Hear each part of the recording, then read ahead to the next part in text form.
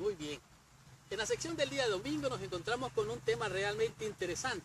En este día nos presenta la lección lo que es la propia mano del apóstol San Pablo. ¿Qué significa esto de la propia mano del apóstol San Pablo? Bueno, dice aquí, compara las declaraciones finales de Pablo en Gálatas 6:11 al 18 con las que escribe al final de otras cartas.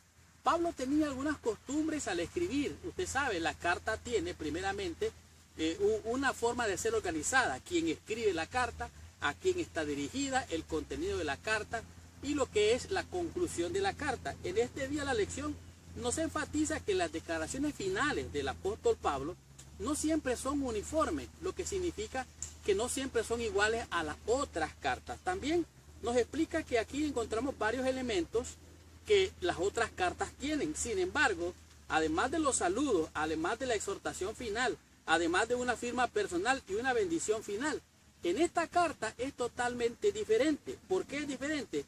Bueno, primero encontramos un contraste. La carta a los Gálatas, dice aquí, no contiene saludos personales. Pablo tenía la costumbre de mandar saludos a los hermanos de las iglesias cuando escribía sus epístolas. También aquí nos encontramos que está la ausencia de la acción de gracias.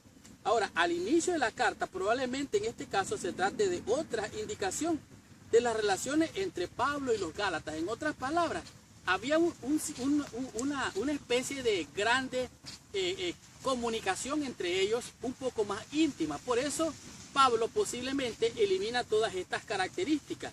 Ahora, lo segundo que podemos notar es que debemos recordar que Pablo tenía por costumbre dictarle sus cartas a un escriba, o sea, alguien las escribía. Tomaba la pluma el apóstol Pablo y él le ponía su firma y escribía unas palabras con su propio puño y letra al final de la carta. Ahora, en el libro de Gálatas no ocurre eso. ¿Por qué? Pablo se desvía de esta práctica habitual.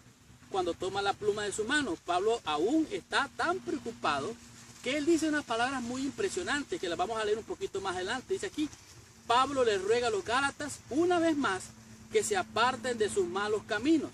En Gálatas capítulo 6, el versículo 11, nos encontramos con estas palabras.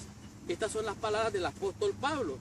Pablo está diciendo las siguientes palabras. A capítulo 6, versículo 11 dice, mirad cuán grandes letras escribo de mi propia mano. Todos los que quieren agradar en la carne, estos os obligan a que os circuncidéis, solamente para no padecer persecución a causa de la cruz de Cristo. Pablo hace énfasis aquí que él está escribiendo letras grandes. ¿Qué significa eso?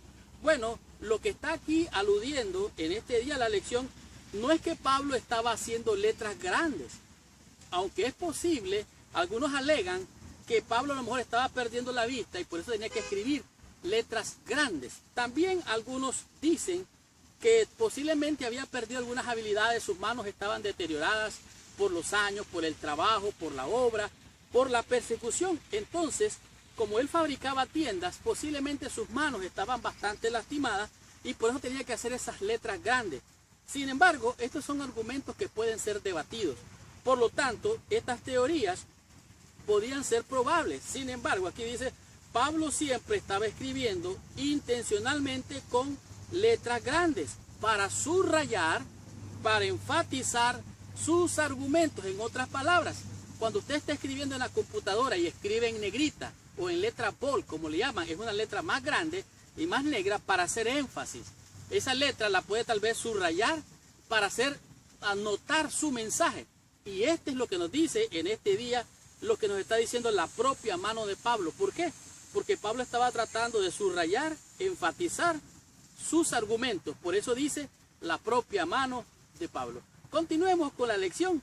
Estudiemos la lección en el día lunes y descubramos qué nos dice en este día la lección con el tema que es gloriarse en la carne. ¿Qué significa esto? Estudiemos la lección.